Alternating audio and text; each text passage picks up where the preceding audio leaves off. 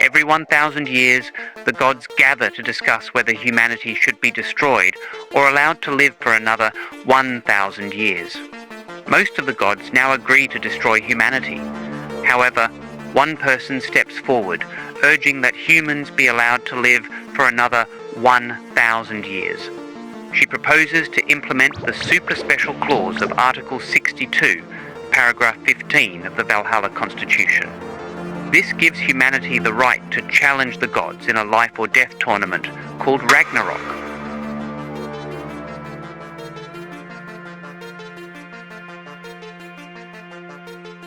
The gods agreed to the proposal. They were confident of victory against the humans. After all, it was impossible for humans to defeat the gods. However, Brunhilde had everything prepared. She used the Valkyries to merge with the human fighters, creating weapons tailored to their abilities.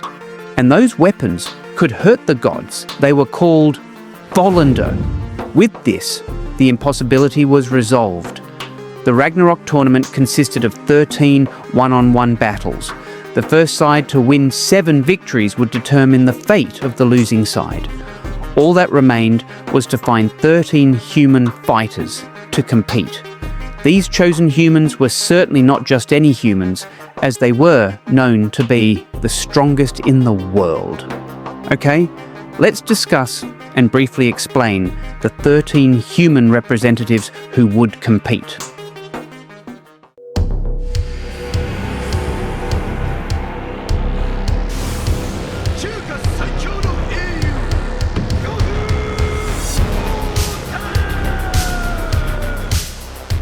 In a time when war was still the language of the world, a man was born who was too powerful to be called human. His name was Lu Bu Fengxian. From the moment he first grasped his spear, the world seemed to shrink. His enemies fell before they could even be called opponents. Fortresses were destroyed, armies scattered, and the battlefield always ended with the same scene. Lu Bu stood alone. Not because he wanted to be alone, but because no one was able to stand with him. Each swing of his spear was not just an attack, it was an outpouring of power that had been pent up all this time. But there was never any satisfaction. His opponents' bodies always fell faster than his heart's desire to fight longer. Victory after victory felt empty, like an echo that never returned. Lu Bu was not a hero. He was not a villain either. He was just a soldier searching for the meaning of life at the end of battle, and the human world failed to give it to him. Then came the day of Ragnarok, the day when the gods decided that humans were no longer worthy of life. In Valhalla, before the gods who looked down on humanity, one name was called as the first representative, Lu Bu Fengxian. There was no doubt. Upon hearing that his opponent was a god, Lu Bu smiled. A smile that had never appeared on the human battlefield. Not a haughty smile, but a relieved one. Finally, there was someone worthy of receiving his full power. In the arena of Ragnarok, Lu Bu stood face to face with Thor, the god of thunder. The sky rumbled, the earth shook, and a divine aura pressed down on everything around him. But Lu Bu did not kneel. He was not in awe. He was not afraid. He gripped his spear, Sky Piercer, and for the first time in his life, he held nothing back. Their first clash shook the world. Thor's thunder met the humans' unyielding resolve. Every strike from Lu Bu was a cry from his soul. All the loneliness, all the waiting, all the empty battles he had fought throughout his life. His body began to crack. His bones broke. Blood flowed, yet his face remained smiling, because the pain was real, because the struggle was balanced, because for the first time, Lu Bu was truly alive. In the end, the human body does have its limits. Thor's final strike brought him down. His spear slipped from his grasp. His legs gave way. Yet as Lu Bu fell, there was no regret in his eyes. He did not die with a scream. He died with satisfaction, as if telling the world, "Finally, I have found the answer." Lu Bu Fengxian in Record of Ragnarok, is not remembered as the strongest human who lost to a god. He is remembered as the human who finally found a worthy opponent and died without loneliness in his heart. And perhaps that was his greatest victory. 神にワンパン入れる資格がこの男には確かにある。全人類の父、その名は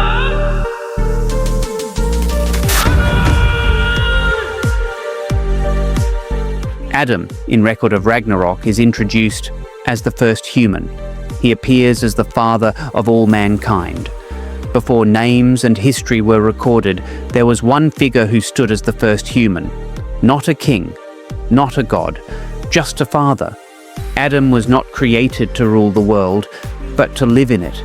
He did not inherit a throne, nor was he given a crown, but from him all of humanity was born. And because of that, one instinct was embedded in his heart that never faded: to protect his children. When the gods decided that humans were a mistake, weak creatures worthy of being erased, Adam was summoned to the arena, not with anger, not with vengeance. He stepped forward with a calm expression, as if to say, "If this is your decision, then I will stand in front of you." Adam possesses an ability called Eyes of the Lord, eyes that can mimic the techniques of the gods, even perfecting them, not because he is more powerful, but because he learned in order to survive. When fighting Zeus, king of the gods, Adam showed no hatred. Every blow he received, every attack he retaliated with, was not a cry of defiance, but the response of a father who said, "I will not let any of my children die without reason." He imitated Zeus's attacks not to show off his strength, but because it was the only way for humanity to have hope. Adam fought until his body was shattered, until his vision faded. Yet he did not fall. Even when his eyes could no longer see, Adam still stood. Even when his body had surpassed its limits, he still attacked. Why? Because before him, he imagined the faces of his children, humanity, us. And as long as humanity still breathes, a father will not retreat. Even though Adam did not win technically, he won in meaning. He proved that humans are not creatures worthy of being erased, that weakness is not a reason to be destroyed, and that a father's love, even for a generation he has never met, is a power that even the gods cannot comprehend. That is the purest courage. Adam is not a symbol of human strength. He is the reason humans are worthy of survival. そうじゃない。破れてなお前、最強へ。死してなお一歩、また一歩と最強へと近づいていく。今なお最強へと歩み続ける。史上最強のルーザー。 Among the humans who descended into the arena of Ragnarok, Sasaki Kojiro was not the strongest, nor was he the most feared. Even in his own life story, he was known by a bitter nickname, the greatest loser. And that is precisely where his story begins. Sasaki Kojiro in Record of Ragnarok is an old swordsman, his hair long and white, his body no longer as sturdy as in his youth. He is not a legend filled with victories. He has lost many times to strong opponents, cunning opponents, and even opponents that history does not remember. But he never wasted any of his defeats. He did not curse his fate. He did not blame the world. He sat, remembered, and learned. Every sword swing that brought him down, he stored in his memory. Every misstep he corrected in his mind. Kojiro is not a warrior who lives to win. He is a warrior who lives to grow. Sasaki Kojiro's specialty is not physical strength, but his mind. He has an extraordinary ability to simulate battles in his head, not just one or two possibilities, but thousands of scenarios at once. Before his opponent's sword is swung, Kojiro has already died hundreds of times in his mind, and from each of those imaginary deaths, he finds a way to live. He reads the rhythm. He memorizes the breath. He understands intentions even before they are born. Kojiro fights not with his muscles, but with the experience he has gathered from failure. In the arena of Ragnarok, Sasaki Kojiro's opponent is no ordinary god. He is Poseidon, god of the sea, symbol of the perfection and arrogance of the gods. A creature who believes he has no need to learn because he has never been defeated. Here, the contrast reaches its peak. Poseidon is perfect, swift, cold, and never falls. Meanwhile, Sasaki Kojiro is old, scarred, filled with memories of defeat, yet he keeps learning. Every blow from Poseidon was an absolute punishment. But Kojiro endured, not because he was strong, but because he had known defeat longer than Poseidon had known victory. And when Kojiro's sword finally pierced the sea god, it wasn't just Poseidon who fell. What collapsed was the god's belief that humans were forever inferior, the first victory for humanity. Sasaki Kojiro won not because he was destined to win, but because he never stopped being a student of life. He proved one simple but cruel thing. Those who never lose, never learn. And those who never learn will eventually lose. Sasaki Kojiro was a symbol of the ordinary human being who failed, who was left behind, who often lost to others. Yet he also symbolizes something more dangerous than strength, endless perseverance. He declared to the world, "I may lose my entire life, but if I keep learning, then one day even the gods can be defeated." 栄光に包まれた正義の象徴が人間の最もどす黒い悪の結晶と真正面から対峙するまさに正義対悪 Under the skies of Ragnarok, filled with the cheers of the gods, the human representative who stood there was neither a king, nor a hero, nor a holy knight. He walked slowly, with a top hat, a long coat, and the polite smile of an English nobleman. His name was Jack the Ripper. Jack was not a man born on the battlefield. He was born from dark alleys, from the city of London shrouded in fog and moral decay. Since childhood, the world treated him cruelly. Lies, betrayal, hypocrisy.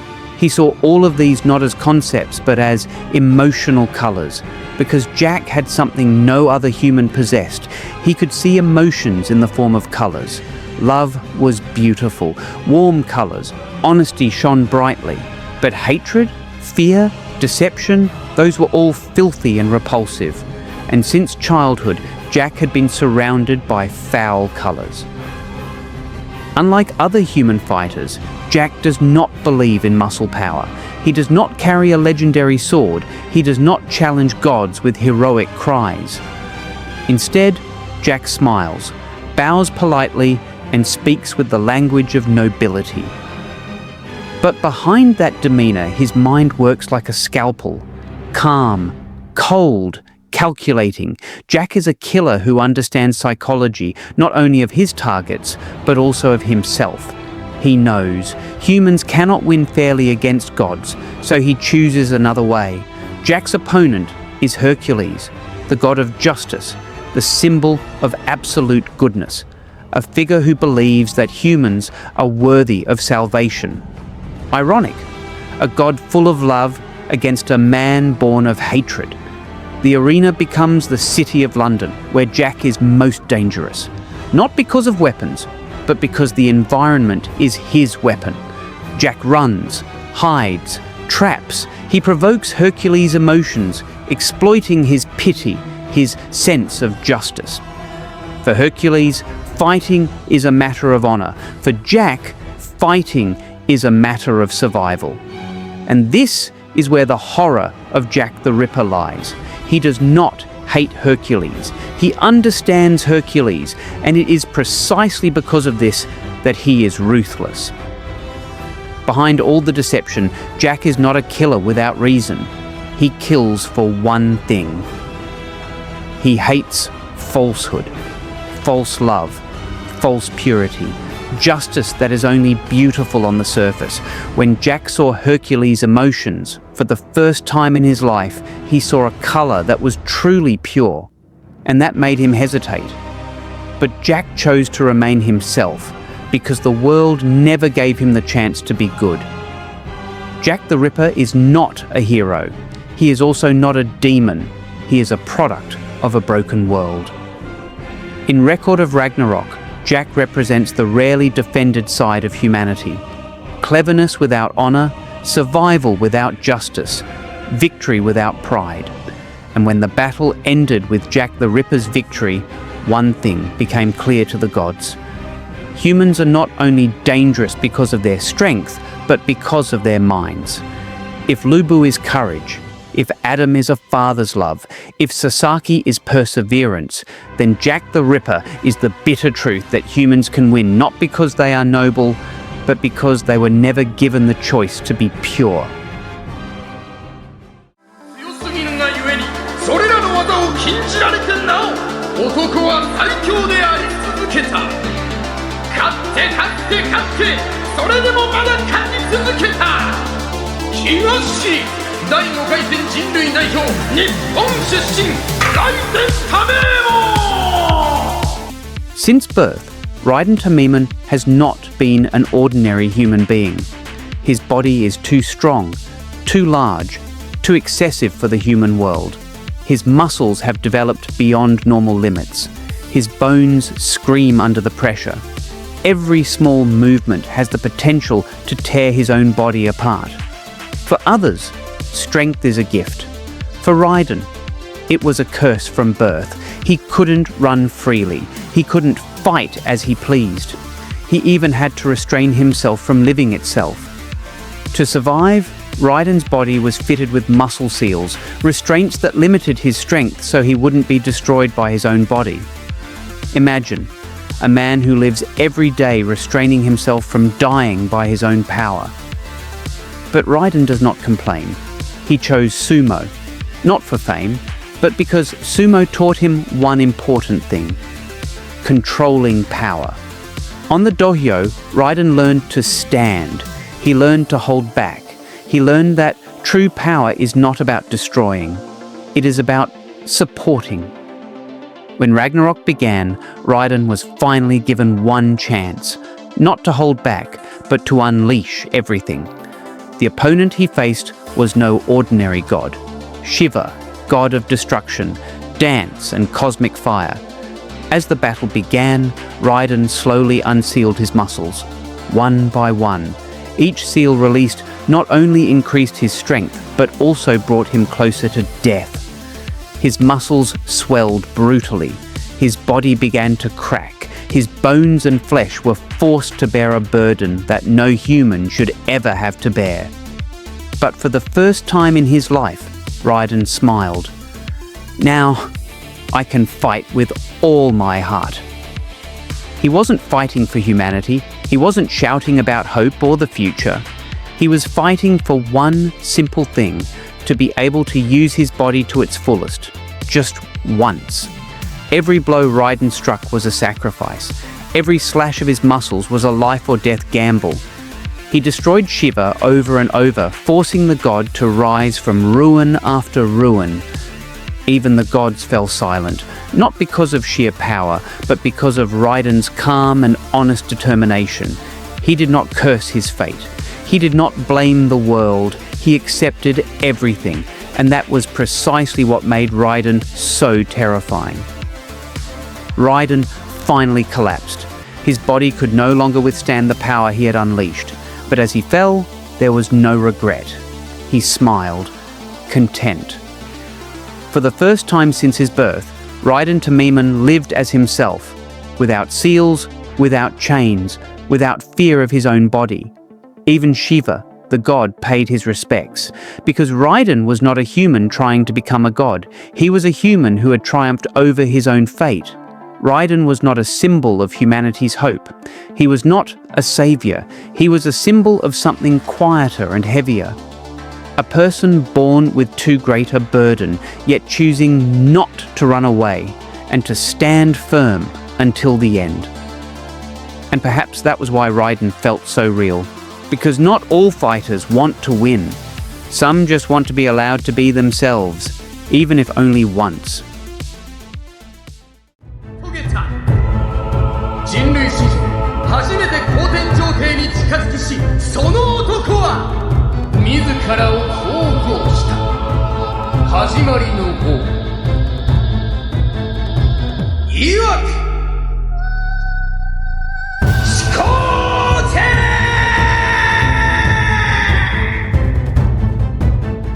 Qin Shi Huang stepped into the arena without hesitation.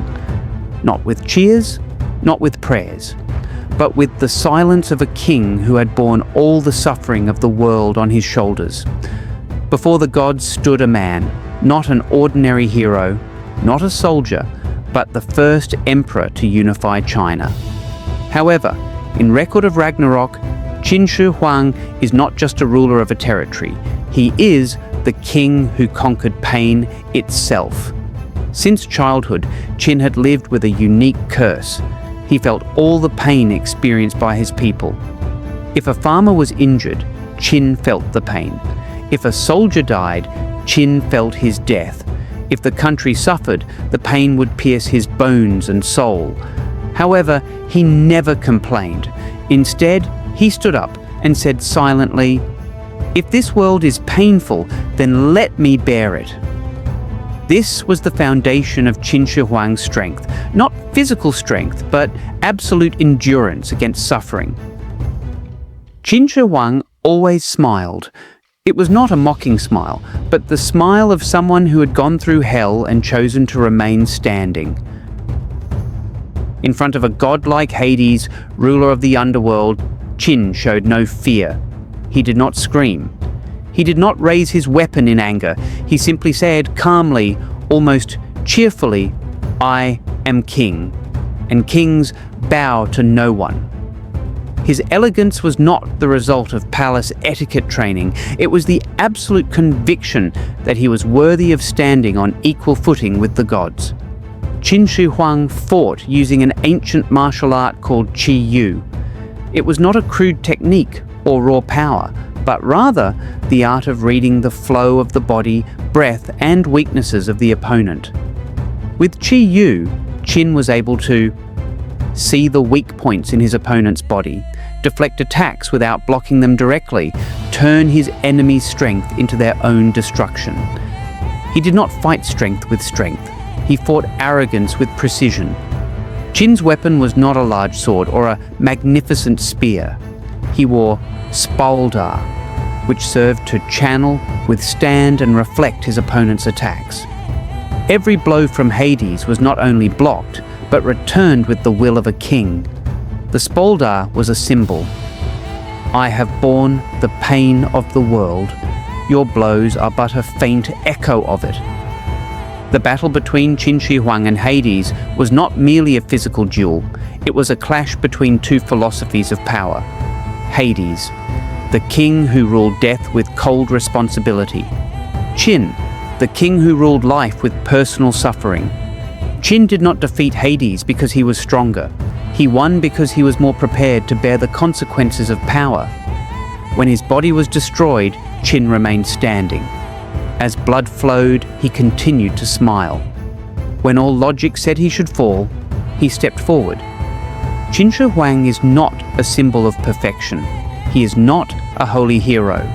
He is a man who chose to bear a burden that should have destroyed him. A true king is not one who is free from suffering, but one who is willing to bear it for others. 人類を神へと近づけようとした男。人々はそいつを畏怖と尊敬を込めこう呼んだ。人類史上唯一の魔法使い、ニコラ・テスラ! Nor was he a figure who bore a grudge against the gods. Nikola Tesla stepped forward with light steps, a calm face, and eyes that, oddly, shone with curiosity. Tesla did not hate the gods. He did not even want to bring them down. He rejected only one thing, The idea that humans must forever remain beneath. No. Non. Nine. 3 languages. 1 statement. When Tesla uttered those words, the arena did not roar. There were no explosions. There were no shouts. But it was precisely then that the gods began to feel disturbed, because those words were not just a refusal, no, was a universal refusal, non, a refusal from ancient languages, the languages of science and civilization. 9, a firm refusal from the modern world and the Industrial Revolution. 3 words, 3 eras, 1 absolute meaning. I refuse the fate you have set for us. I refuse the limitations you have imposed on us. I reject the notion that humans cannot surpass you. It was not a cry of defiance. It was a declaration of human existence. Tesla seemed to say, in no language, in no era, will humans accept destruction as the end. Tesla did not draw a weapon. He activated himself. The Voland armor enveloped his body, not as protection, but as a system. Every part pulsed with energy, calculation, and innovation. He did not fight with raw power. He fought with possibility and calculation. His movements were precise. His attacks were measured. Every wound was data. Every failure was a system update. Tesla was not a reactive fighter. He evolved in the midst of battle. Tesla faced Beelzebub, who stood as a symbol of destruction. Experiments without empathy, science without purpose. He was the dark side of knowledge, and before him stood Tesla, science that believed in the future. Their battle was not about who was stronger, it was about who was right. Tesla understood to build. Every time Tesla rises, it is not out of blind determination, but out of the belief that humanity is not yet finished. Tesla eventually falls. His body is destroyed. His system collapses, but one thing cannot be destroyed, the doubt he planted in the minds of the gods. Because for the first time, the gods don't see humans as weak creatures. They see potential that has not yet reached its peak. Tesla did not die as a martyr. He died as a questioner. And that question haunted the gods. If humanity has come this far, what will they achieve tomorrow? 伝説の戦いが物語る。曰く存在自体が不屈で何者にも屈しない。それがスパルタ。この男は神につく膝も垂れる頭目も持たねえ。最強の民族スパルタが生んだ最強の王。レオゲジア。Leonidas did not enter the arena with prayers, nor with fear. He stepped forward like a king who had lived too long on the battlefield, his shoulders straight, his gaze sharp, and his breath heavy with anger that had been pent up for thousands of years. He was the king of Sparta, leader of 300 soldiers who chose death over surrender. For Leonidas, life is not about longevity, but how you die. Before the gods, Leonidas showed no respect. No knees were bent, no heads were bowed. To him, the gods were just another enemy standing too tall. Leonidas hated the concept of destiny imposed by the gods upon humans. He did not believe in prophecies. He did not submit to predictions. And one name became a symbol of his hatred: Apollo. For Leonidas, Apollo was the embodiment of divine arrogance, a god who ruled, judged, and demanded that humans live according to his will. And Leonidas, he was a man who lived to break those chains. His weapon was not a slender sword or a sacred spear. Leonidas fought with a giant shield, the symbol of Spartan defense, a tool not only for blocking attacks, but also for striking, crushing, and pressing down on enemies until they had no room to breathe. Every step he took in the arena felt heavy, not because his body was weak, but because his determination was so intense. Leonidas was not an agile fighter. He was not a master of subtle techniques. He fought like a walking wall, advancing slowly but unstoppable. As the wounds began to pile up, Leonidas did not retreat. Instead, he laughs. Because for a Spartan king, pain is proof that he is still alive, and as long as he lives, he will continue to fight. What makes Leonidas special is not just his physical strength, it is his spirit. He does not fight for personal glory. He fights for the freedom of humans to determine their own path without the interference of the gods. Leonidas knew one thing from the start. He might not win, but he also knew that as long as he stood and challenged the gods, humanity would never truly be defeated. And that is the true meaning of Leonidas. Not as a king, not as a hero, but as the last rebel who dared to say no to the gods. 神対人類最終闘争ラグナロク第10回戦満を持して戦うのは人類史上最強の人斬りとは Okita Soji did not appear as a giant, nor as a king. He came with a slight smile, a relaxed gait, and an aura that was almost too bright for a veteran assassin. But that was precisely where the danger lay. He was the captain of the first unit of the Shinsengumi, the executioners of the Bakumatsu era, a sword genius who had lived alongside death since his youth, not as an enemy, but as an old friend. In Record of Ragnarok, Okita is not just a Japanese swordsman. He is a symbol of a man who is aware that his time is short, yet chooses to burn brightly nonetheless. Okita is depicted as cheerful, friendly, even childish. He laughs, jokes, and looks like an ordinary young man who just happens to carry a katana. But when his sword is drawn, the air changes. His movements are fast, light, almost like dancing. There is no excessive anger. There are no heroic cries, only pure efficiency. Okita kills not because of hatred. He kills because he was born to do so. And that is what makes him terrifying. He enjoys life while being aware that death is always lurking. Unlike other human fighters, Okita has a fatal weakness. His body is sick. Tuberculosis has ravaged him since he was young. Every breath is a reminder that his time is running out. Every fight is a gamble with his own life. But Okita does not fight against his fate. He laughs at it. For him, life is not measured by its length, but by how brightly he burns before he goes out. This is Okita's great contrast. His body is dying, but his soul burns brighter than most healthy fighters. Okita does not talk about excessive honor. He did not claim to be saving humanity. He fought because that was his way of life. In Record of Ragnarok, Okita represents humans who say, "If I am going to die young, then let my death be meaningful." He did not fight the gods because he hated them, but because he refused to die without giving his all. He shows that humans don't need to be perfect to be brave, that weakness does not negate the value of a life, that even a dying body can challenge the gods if its spirit is sharp enough. Okita Soji was not created to live a long life. He was created to burn briefly, quickly, and brightly.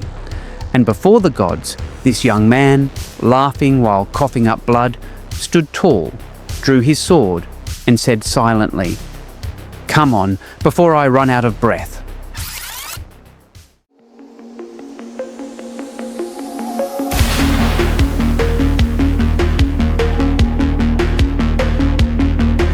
Snow fell silently. The sky turned white, the earth froze, and the world felt silent, too silent for a battlefield. That was where Simo Heiha stood, not majestic, not arrogant, barely even visible. In Record of Ragnarok, Simo was not a fighter who craved cheers. He carries no ego, no hatred for the gods. All he carries is absolute calm, the calm of a man who has stared death in the face so often that death itself has become commonplace. He is not a hero standing on the front lines. He is a shadow behind the snow. When Simo's name is called in the arena of Ragnarok, there is no roar from the crowd. There is no oppressive aura like that of kings or gods of war. All that can be felt is silence, a silence that makes the hairs on the back of your neck stand up. His body is small, his demeanor calm, his face expressionless. He does not challenge the gods with words. He does not even look at them for long. Because Simo knows one thing: those who stare too long are already half dead. Unlike the other humans in Ragnarok, Simo did not fight for the glory of mankind. He fought because that was what he had done his entire life. He did not regard the gods as divine beings. To Simo, they were just another target. There was no anger. There was no vengeance, only calculation. Every breath is measured. Every movement is minimal. He doesn't move unless necessary, because one small mistake means death. And Simo is never one to make mistakes. Simo's weapon is not just a rifle. In Record of Ragnarok, his Valunda is the embodiment of silence and absolute focus, a weapon that is one with his instincts as a hunter. He doesn't need a barrage of attacks. He doesn't need great power. One shot, one decision, one end. And most terrifying of all, Simo never ensures his own safety. He only ensures his target doesn't live afterward. Simo is not a symbol of hope. He is not a symbol of fiery courage. He is a symbol of cold human resolve, that humans don't always fight with screams, but with patience, discipline, and precision. In the arena of gods full of ego, Simo is an anomaly. He does not want to defeat the gods. He just wants to complete his task. And it is precisely because of this that the gods begin to feel uncomfortable. Because they realize the most dangerous creature is not the strongest, but the one who is calmest when killing. If other humans in Ragnarok are fire, then Simo Häyhä is snow. Cold, white, calm, yet beneath it lies death. He will not be remembered for his words. He will be remembered for the empty footprints in the snow and the gods who fall without knowing where death came from. And when the shot is finally fired, there is no sound of victory, only silence. One shot and one god no longer breathes. I can only discuss about 10 human representatives. I will discuss Kintoki, Nostradamus, and Rasputin in the next video, while waiting for their complete stories. That's all for now. I'm Onivald. Bye.